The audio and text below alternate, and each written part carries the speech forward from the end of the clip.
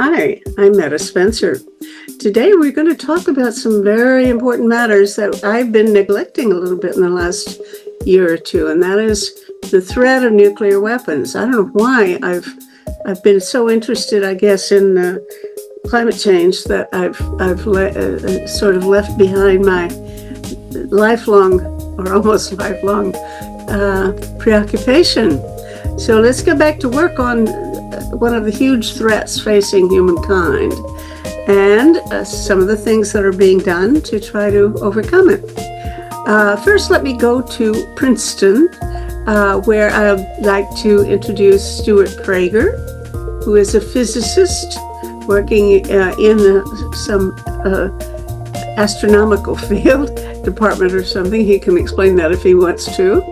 And he has founded, along with some other people, a new organization called a Physicists Coalition for Nuclear Threat Reduction. And that's what we want to talk about, because it's high time we get more people involved with the effort to try to reduce what is apparently a very serious now nuclear weapons threat. And I want to also introduce now, let's go to Vancouver and meet Ruhi Dalal. And Ruhi is I shouldn't try to introduce her exactly because she already knows Stuart, and they've worked together. I think she was probably a graduate student working. Let her explain it. But she's an astronomer, and she's working on space security and space sustainability nowadays, which is a little different angle for an astronomer. She's a postdoctoral fellow at the Outer Space Institute in Vancouver, right? Welcome, Ruhi. Nice to meet you. Okay. Now, I'm going to switch back to talking first with Stuart, because that's really what I want to explore, that he and his colleagues at, I guess, mostly Princeton, have created a new coalition, which I presume is intended to expand way beyond Princeton and include physicists, including a physicist slash astronomer named Ruhi. So tell me, Stuart, how did all this come about, and why are you doing it now rather than 40 years ago? Well, first I'll tell you how it came about. It's a little bit consistent with there's a cliche, think globally, act locally. You know, you have a global air pollution problem, you try to clean up the air in your neighborhood and your zip code. But for physicists, our local community is not our zip code, it's the physics community. And physicists have a special relationship to nuclear weapons. We played a role in inventing them. We play a current role in maintaining and evolving them. And maybe most importantly, in the eyes of the public, we're associated with nuclear weapons. Mm-hmm. So we decided, three of us at Princeton, Frank von Hippel, Zia Mian, and me, and decided to organize a physics community. So we decided to start a new organization 4 years ago with the dual purpose of, one, alerting and educating the physics community to the current danger, which, as you well know and mentioned, is increasing, but most importantly, to mobilize the physics community to function as advocates for steps to reduce the threat from nuclear weapons. And the thought is that if physicists can speak on this issue, their voice will have maybe more impact than the voice of some other sector of the country, such as insurance agents. Insurance agents speak about nuclear weapons and may have less impact than physicists speaking about it. So we got started up we were fortunate that we were started up by the American Physical Society, which in the United States is this professional national society for physicists. And by them, by starting under their umbrella, it gave us kind of a legitimacy for the start. We have that was a startup. We're now partnered with a non-government organization in the United States called the Arms Control Association. Hmm. What we do is it's a very much a grassroots organization. We go out to where physicists are. So we have a team of physicists of 15 physicists who have expertise in nuclear weapons issues. And we go out to physics departments at universities. We've gone out to nuclear engineering departments, and we've gone out to some national laboratories. In all, we visited 150 uh, physics sites spread all over the United States. Wow. During COVID, it was virtual. Now it's mostly in person.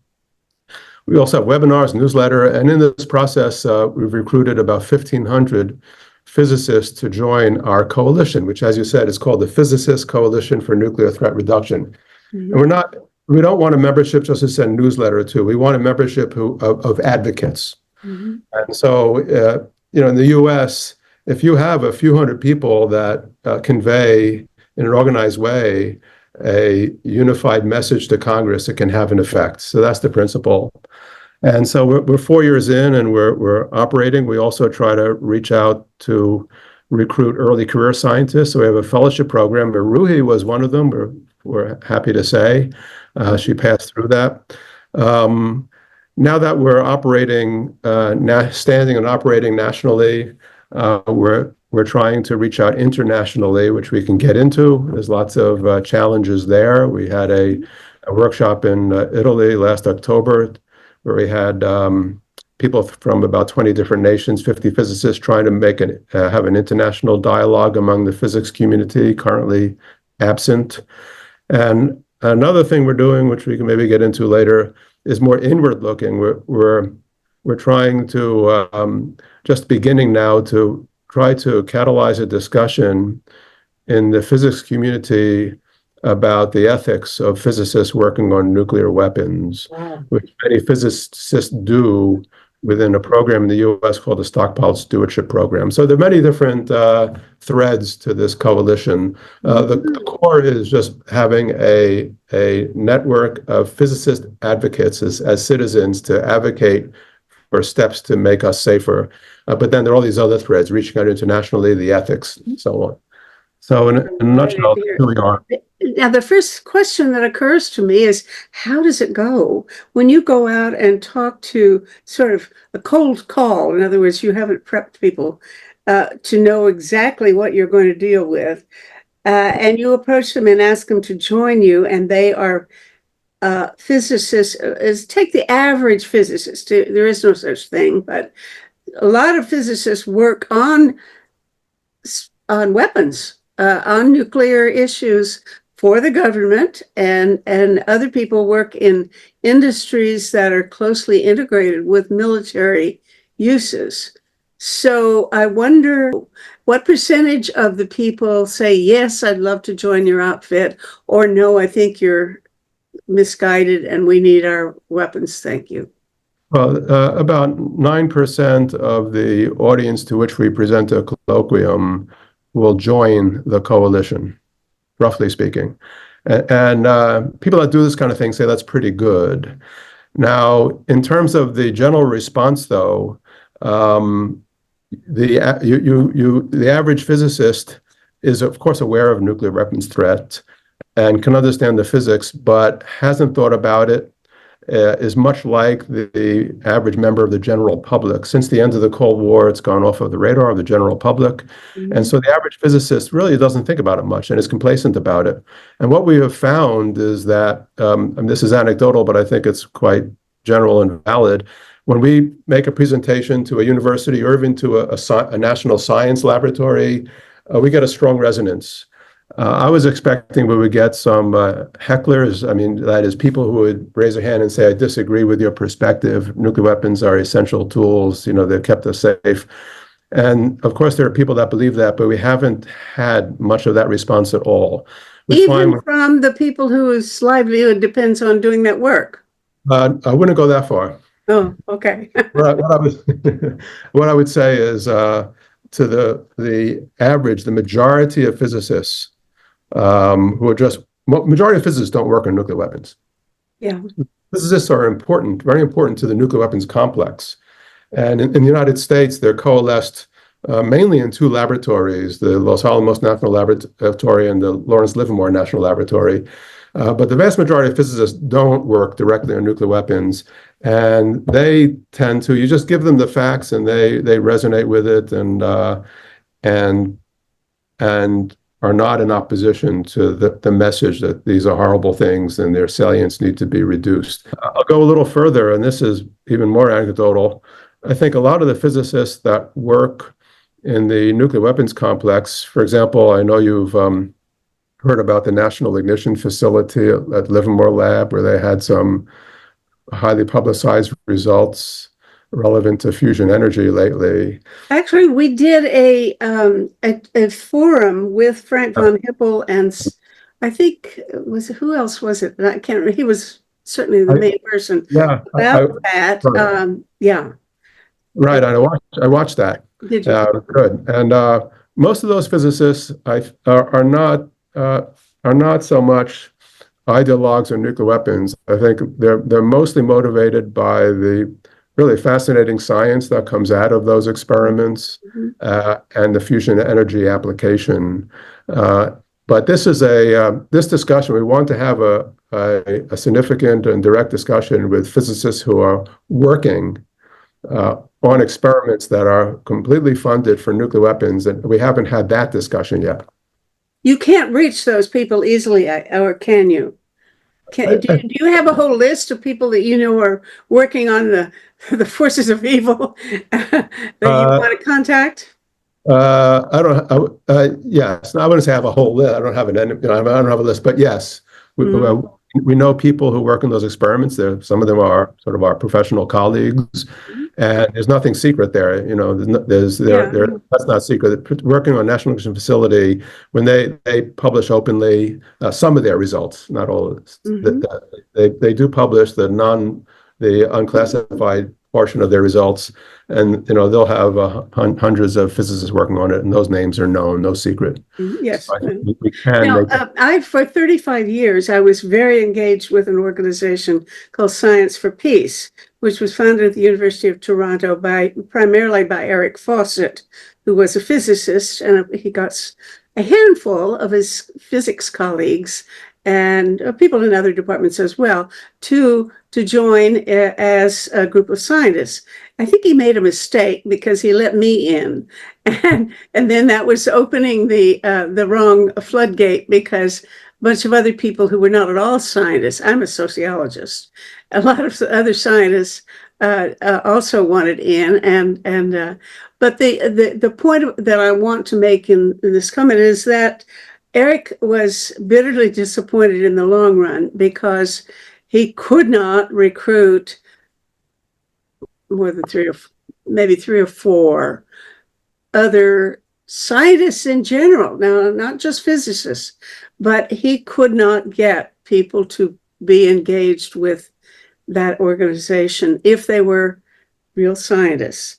And I don't think it was just because they let in people like me. I think it was that these folks were simply, I don't know, indifferent or something. But in other words, you say you get 9%, and I wanted that number because I don't think he ever got anything like 9%.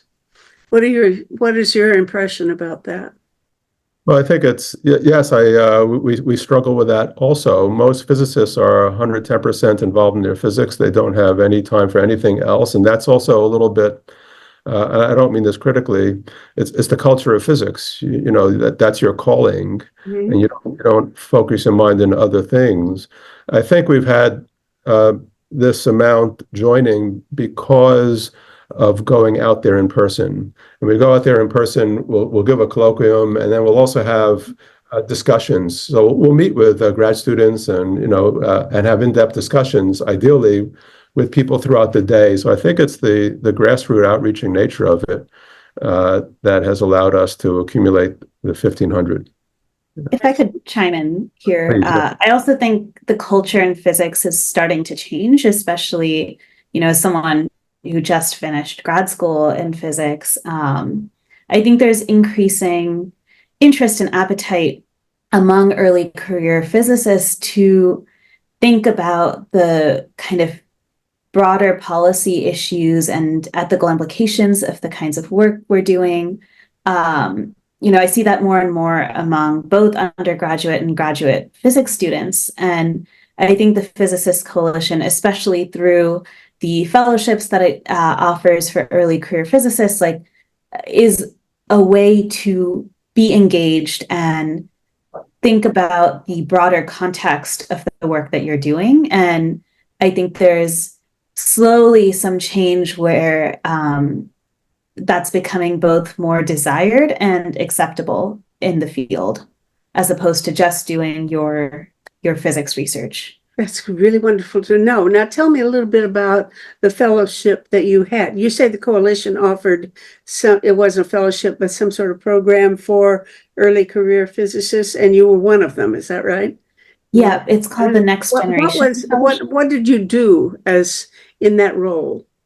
Yeah, so it's called the Next Generation Fellowship. I think applications for it will actually open in the next few months, probably in November or December. Mm-hmm. And through that, you get paired with sort of a mentor. So I worked with Alex Glaser at Princeton, as well as Tong Zhao and Igor Morich, who are also at Princeton. And you work together to find a project. Usually that's something that kind of bridges, or it can be something that bridges some of the research you've done with, nuclear threats issues. It could also be something very different, like a more policy-oriented project, and writing an op-ed or something like that. But you spend the year both researching potential topics, developing a project, and then executing it. And then the Physicists Coalition also provides a lot of career development opportunities. So every fall in October, there's the School on Science and Global Security. So they provide funding to attend that. There's also, funding for other conferences. I was able to attend in April the DC Engagement Days, where we sort of did congressional office visits to talk about particular nuclear weapons issues that we were hoping to get co-sponsors on resolutions and things. And so, wait a minute, elaborate on that. So that in particular was focused on a few different issues. Sort of the main issue we were focusing on was the Sentinel program. So this is a program to update the US land-based ICBMs and replace the Minuteman missiles with Sentinel missiles. And it's an incredibly expensive program. It's forecasted to cost over $400 billion. This is a U.S. Is this part of the whole thing about they don't call it renewal, but it's something like sprucing up our nuclear arsenal? Is that the general? Yes. It came a few years ago, modernizing it. They were going to modernize the nuclear arsenal in the U.S. and the Sentinel program would be part of that. Right.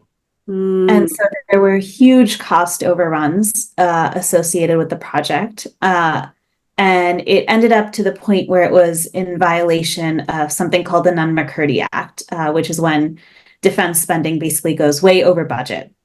And so it had to be reviewed by Congress and reapproved, given those cost overruns. And so we took the opportunity. Now, when did this thing start, and how long did they take to figure out that they were spending too much? It started probably 5 or 6 years ago. I don't know the exact timeline when they started the modernization program and specifically the Sentinel program. But it was this congressional review was triggered by a certain percentage over budget. I think they ended up going close to 50% over budget. And that's what triggered this official congressional review. Okay. Now that is a recent thing, because I don't know about that review. Yes, it was just this summer program. So, Um, I mean, offhand, I would just immediately be opposed to it on principle. But is there any special, I mean, what arguments do you present if you want to argue against it and say this is either not worth the money in the first place, and it's a bad idea in the second place? Uh, right. So we had a few different arguments. One is that it's just incredibly expensive and it's continuing to go increasingly over budget. But beyond that, these ICBMs, land-based ICBMs, are in fixed positions across the US in silos, and they're considered a sponge for other countries' nuclear arsenals. So other countries would target these ICBMs, and so they'd end up using up their nuclear arsenals trying to target all of these land-based missiles. But what that argument ignores is the fact that it means that large parts of the US are being struck by other countries' nuclear missiles under that strategy. And the fallout from those attacks would affect almost every part of the US. mhm. There's also the question of why it's even necessary when we have submarine launched missiles that are survivable. They are going to survive any first nuclear attack. And so, why do we need the addition of the land-based ICBMs? One or two submarine launched missiles should be enough to deter any country. Mm-hmm. And so it kind of comes now down your position, which I believe is probably the main one, is that the last thing you would probably want to disarm if you really succeeded in disarming would be submarine missiles, right? they would be very difficult to disarm. They would be difficult to attack because they can't be tracked. Right. Okay. Okay. Well, now this argument, certainly you don't have any trouble convincing me, but how far did that second argument about the deleterious side effects or the negative consequences of having such weapons, how far did that go when you were trying to lobby people in Congress? Have any of them bought into a really disarmament issue point of view? So there is at least a few. And I will say, so the research on that was done by Sebastian Philippe at Princeton.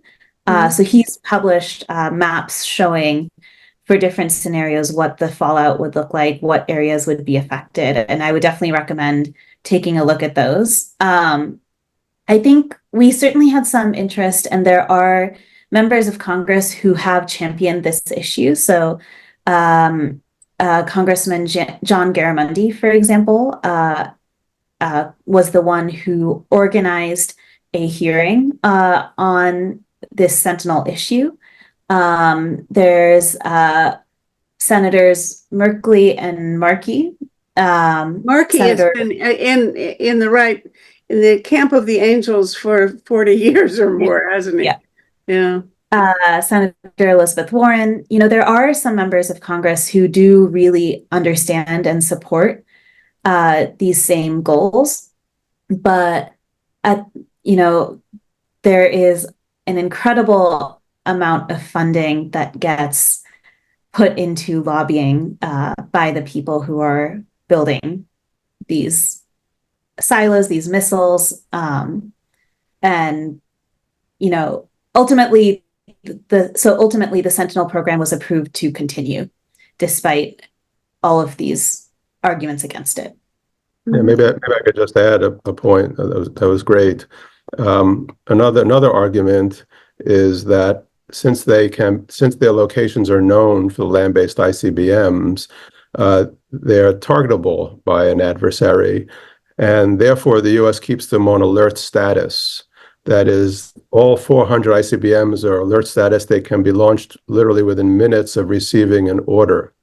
And that really increases the nuclear tension and the danger, because it also then leads to the U.S. to have an option of launch on warning. So if the U.S. gets a warning, that could be an incorrect one, could be a false alarm, and there have been many.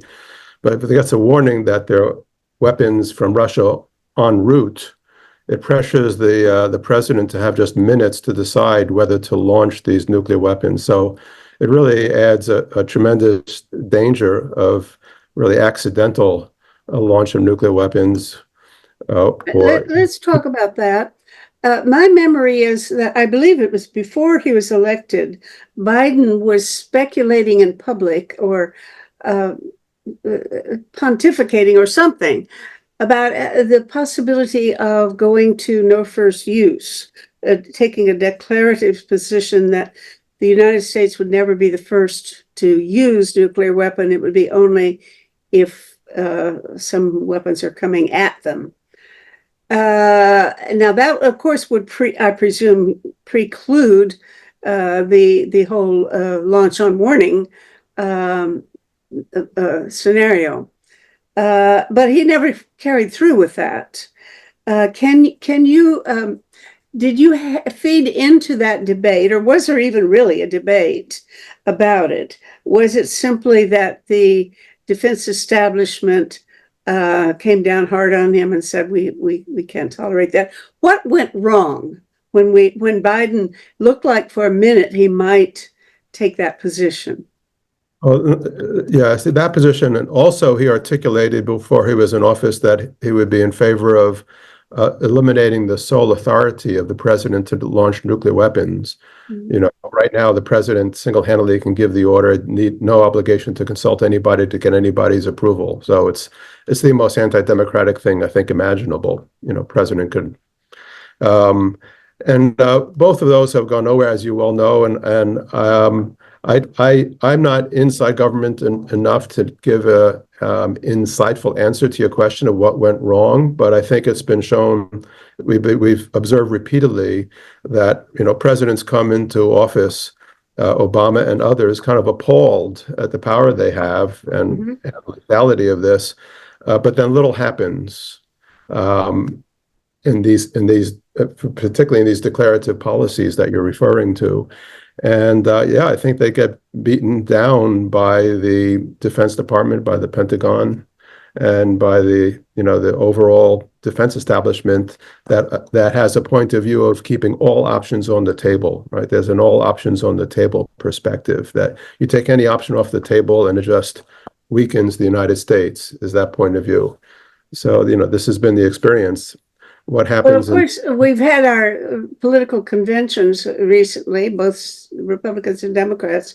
As far as I know, there was no mention of any of that.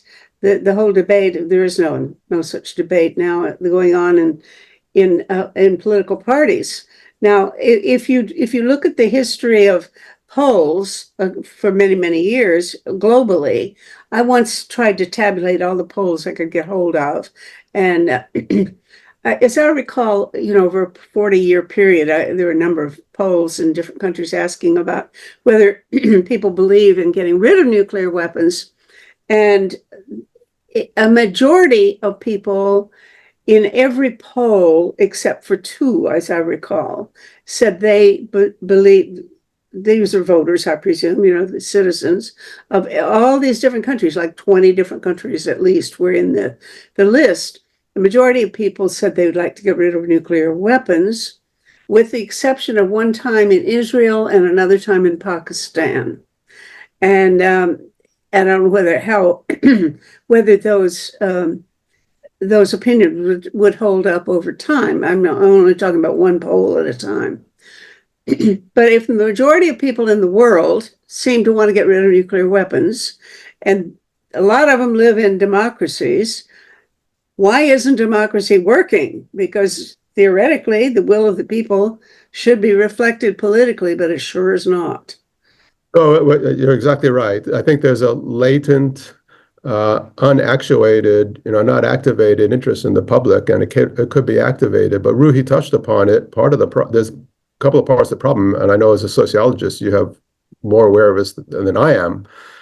One is the lobbying. There's almost $70 billion spent on nuclear weapons in the United States. A lot of it goes to industry. That buys I think, well over $100 million a year in lobbying.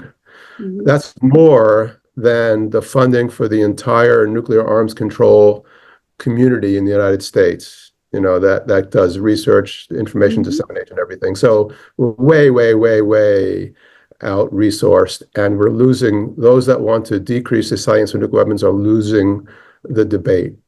And I think there's an opportunity because of these polls that you indicate, and also a second factor is nuclear weapons are out of sight, out of mind, so people just don't think about it, and they also think there's nothing they can do, and they also think that it's a complicated issue, and there's some nuclear priesthood of experts that are taking care of things, and that's all false. There's no nuclear priesthood of experts. Um, in the United States, we have the most, to my knowledge, we have the most active nuclear arms control disarmament community in the world, particularly in the 9 nuclear weapon states. We can go through each country, but for different reasons, the United States has the strongest NGO advocacy community, but we're failing tremendously because Mhm. each NGO is short of money. As they're short of money, they have to focus on keeping their own organization alive. They do great work. I have enormous admiration I'm a relative newcomer to this field, only been in 5 years. Enormous admiration for people in these NGOs and universities that advocate, but they're way under-resourced. And this is my own opinion, is what the community in the United States needs right now is to step back and ask themselves the question, if we weren't limited by money and we're only limited by our ideas, what would we do? What could be done? If we had all the money we needed, is there a Okay. pathway to using our democracy to make a transformative change? And one reason I'm motivated to say that, in the physics community, we do exactly that. The physics community, when you read about the big science projects, the big accelerators, the big results, more often than not, they're a result of a unified community strategic planning process where the community comes together as a process for Ruby knows this, for a couple of years, and gets on the same page, and then comes out with a common vision, and that leads to change.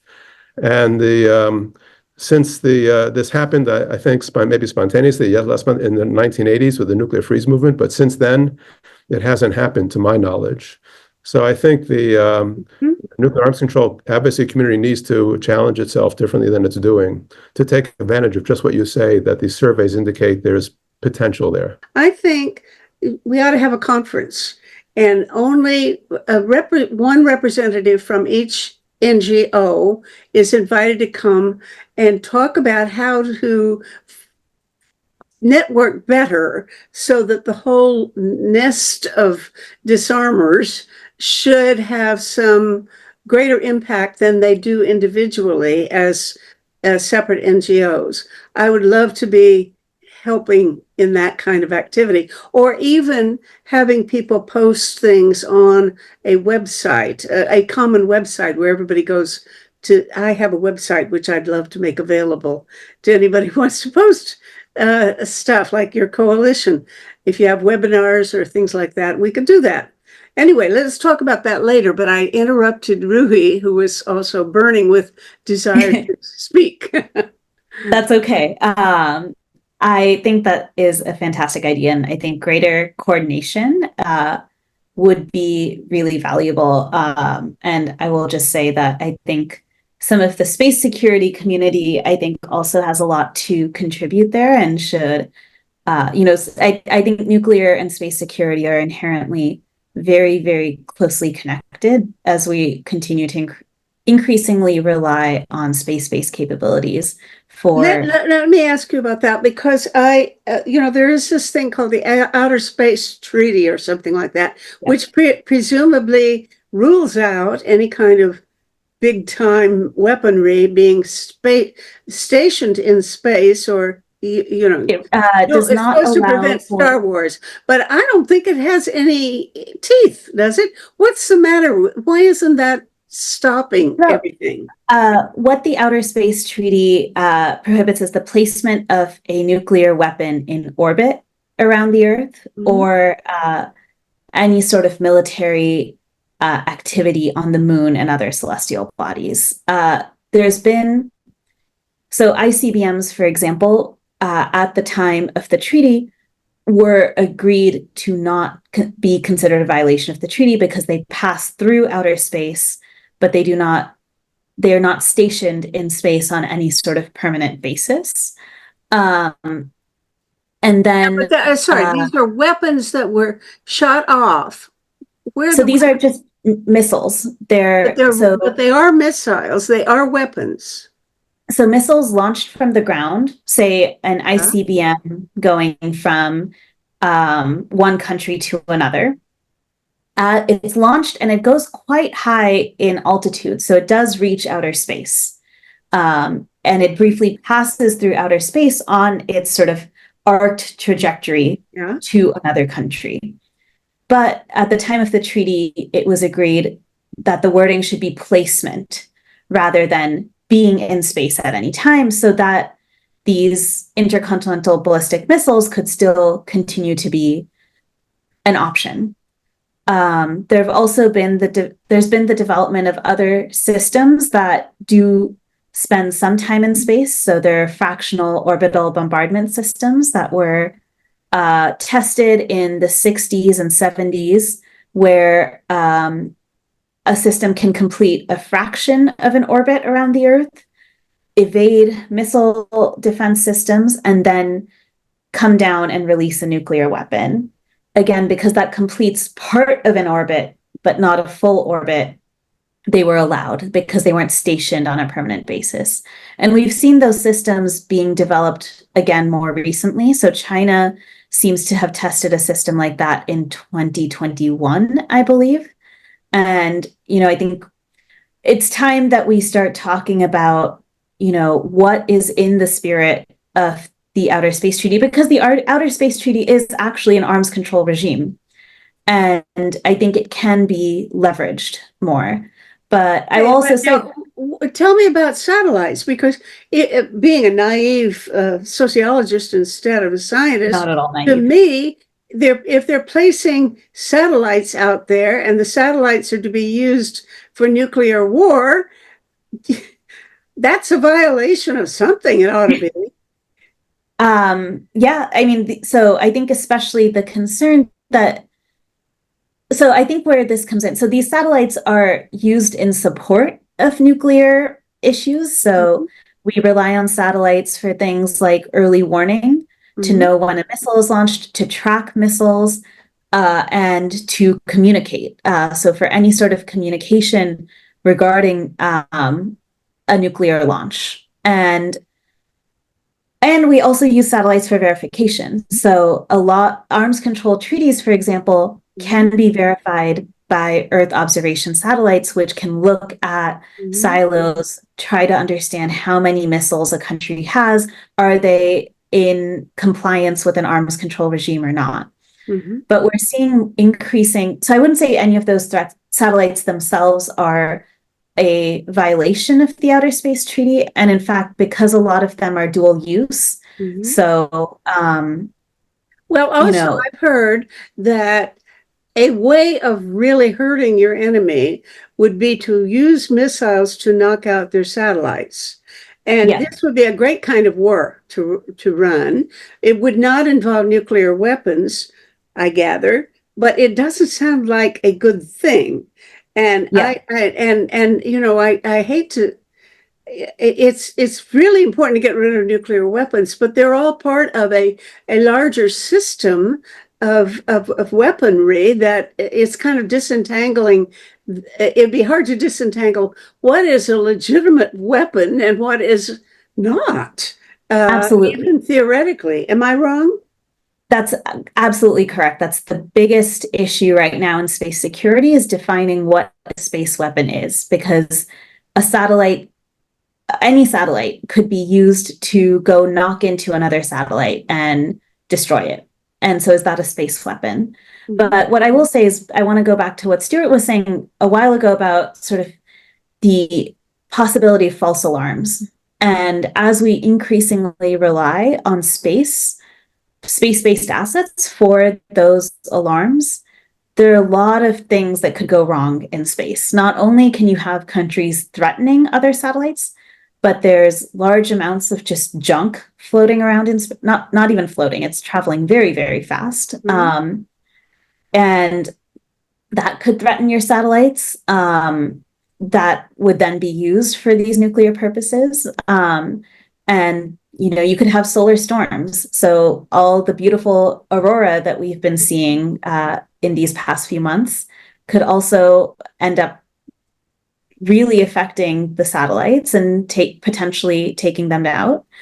And so we've had a little conversation about a possible Carrington event where a whole big solar blast comes at the part of the world that's facing the sun.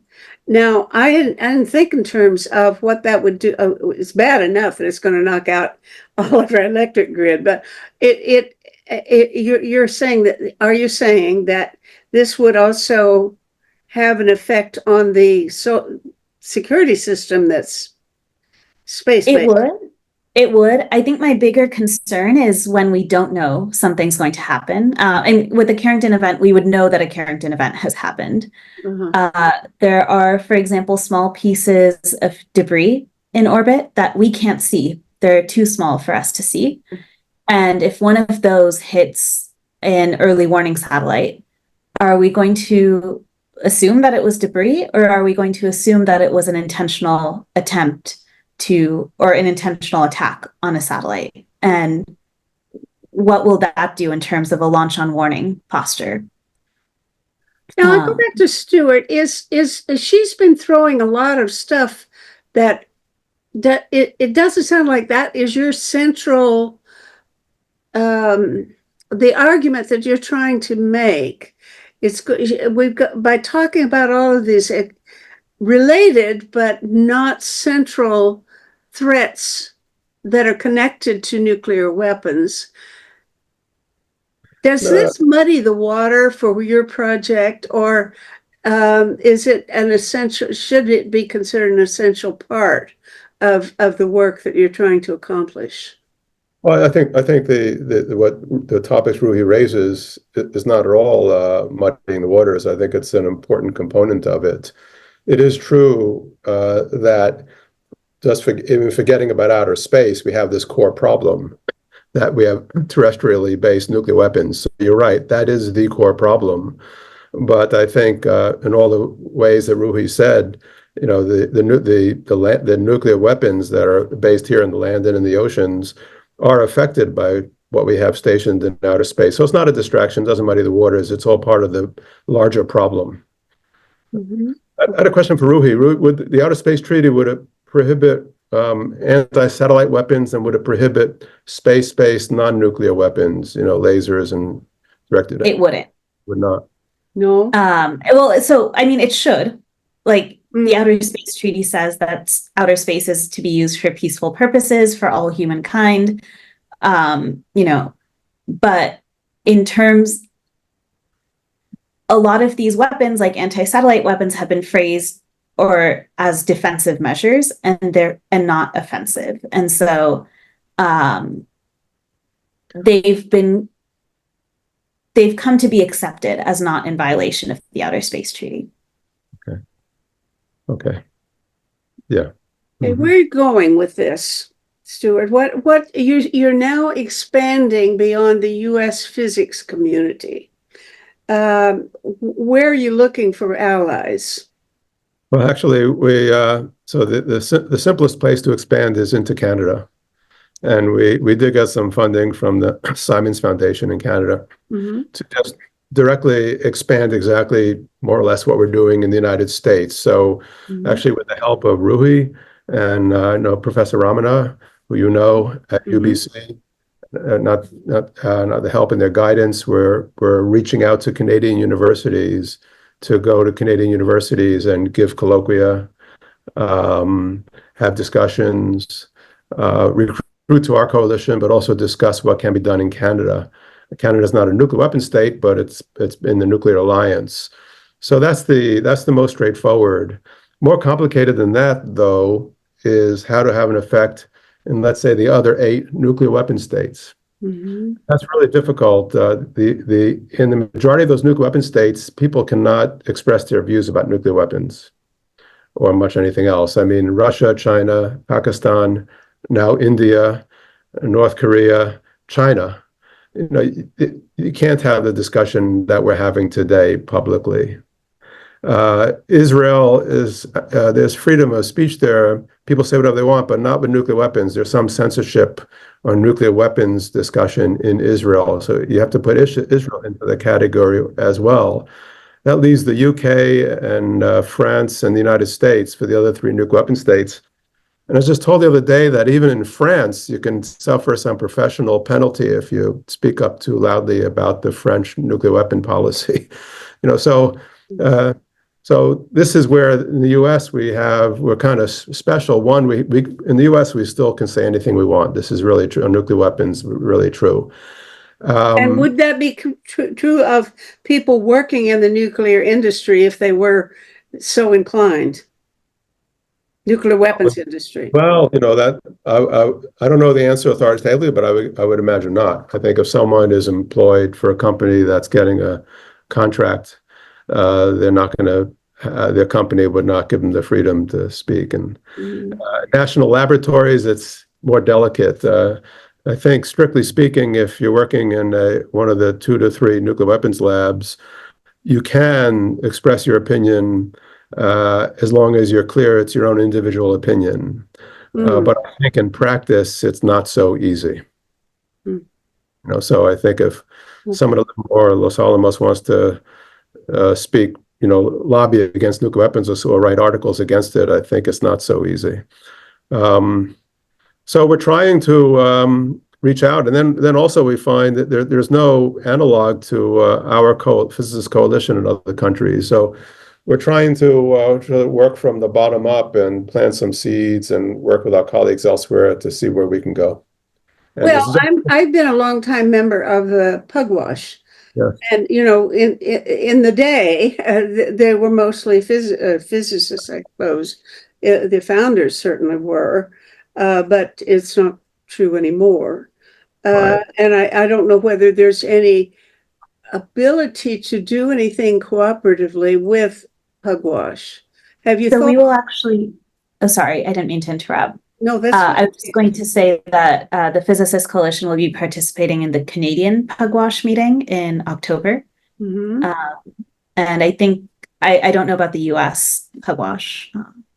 It's attenuated greatly from what it was when it was most productive. It still exists, and in fact, we had this international workshop in Italy. We had 50 people, 20 nations, and there was a meeting of the Pugwash, whatever it was, Pugwash Council at the same place, co-located. So we had some discussion with them, but Pugwash isn't as strong as it used to be. So it's yeah. And it's not as physicist based either. Right.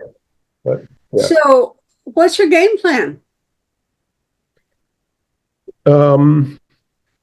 Well, so there's two parts to that question. One is what the coalition can do, and then the other one is what the arms control community can do. So in terms of what the coalition can do, we're going to keep plugging away. I mean, we're only 4 years old, so we're still fledgling, I would say. So we're most definitely going to keep charging in terms of trying to recruit physical scientists, not just physicists. We're open to astronomers, climate scientists, physical scientists to our coalition, and we're going to keep improving our lobbying. As Ruhi said, we had the first lobbying event where we brought 35 coalition members to DC for 2 to 3 days, and we lobbied in 53 different congressional offices. And prior to that, our lobbying has been mostly through we do alerts, we do campaigns, but it hasn't been physically in DC. We have people contact their representatives by email, by Zoom meeting, or by however they want to do it. So we're going to keep charging and try to improve our lobbying ability. We want to try new things, like really trying to challenge the physics community, as I mentioned, particularly in the ethics of what it means to work on nuclear weapons. That hasn't been done That was a big thing in the advent of the nuclear era, of course. I mean, the physics greats of the 20th centuries struggled with these issues. But since the end of the Cold War, we don't have that. But then we're also trying to push the arms control community to think more broadly what the arms control community can do, because if you just roll forward where we are today in the arms control community to 10 years into the future, probably the situation will be worse because we're at the beginning, as you know, of a new arms race. And yeah. Okay, I get it. Yeah. Okay, look, I'm trying to think in terms of what I can do.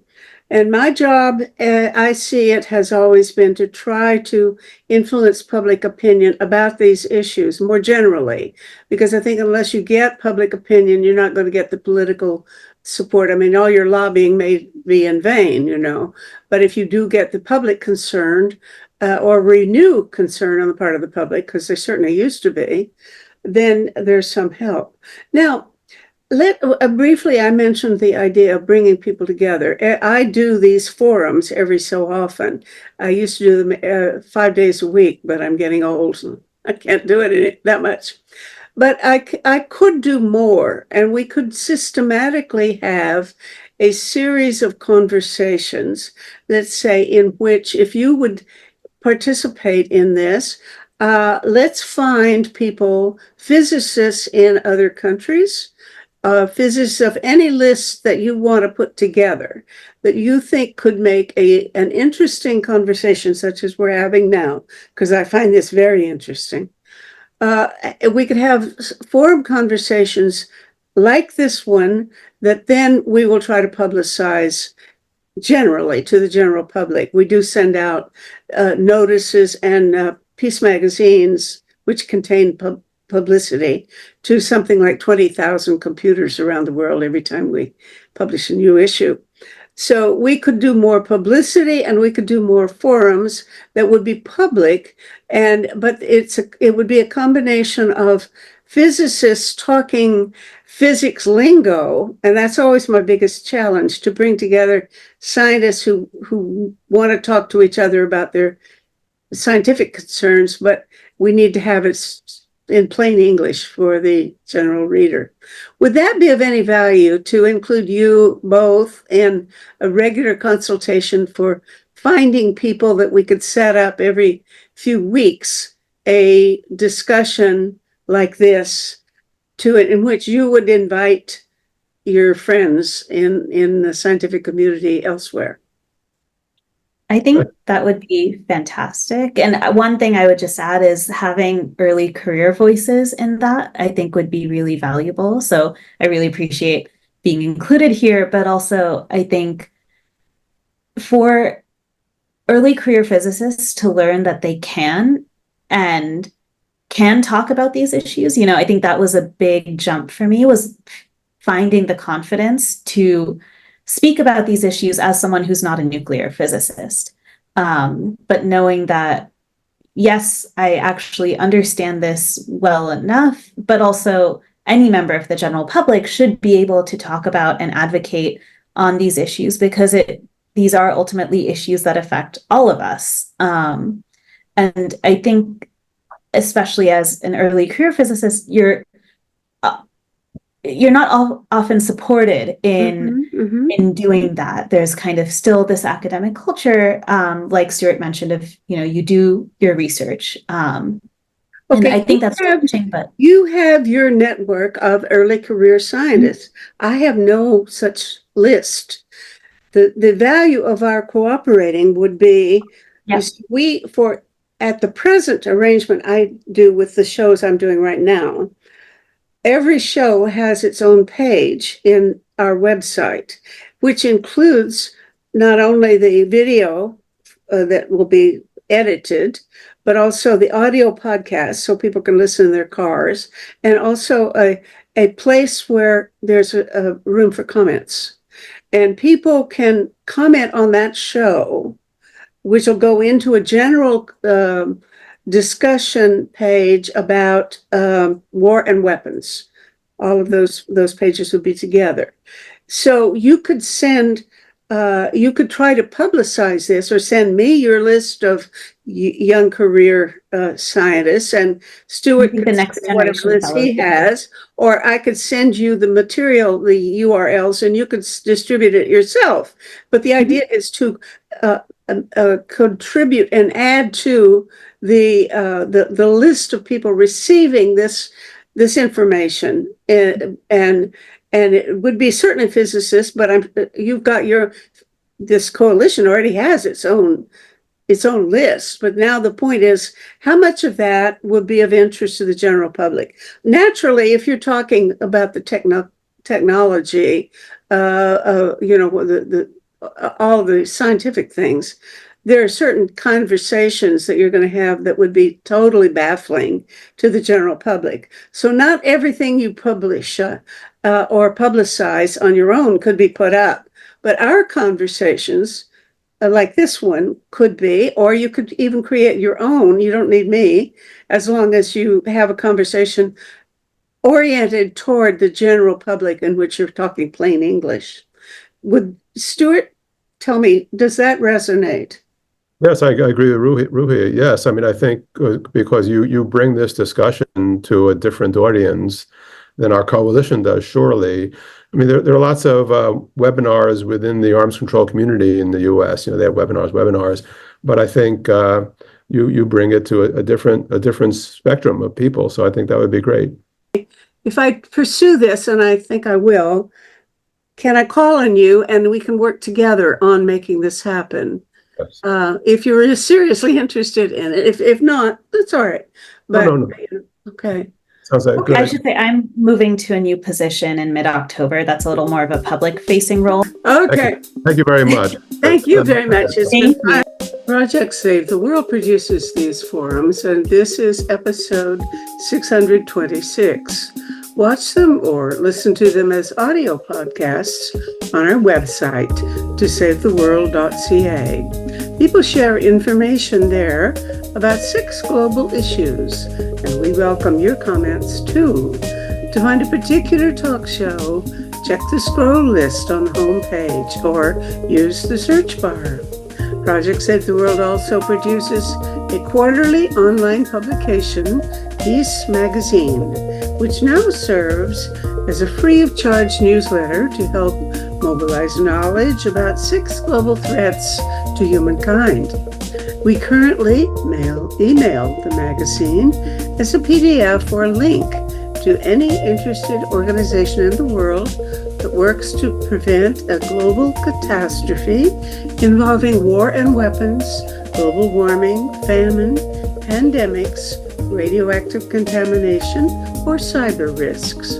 Just email us at office@peacemagazine.org and we'll add your group's email address without charge to our list.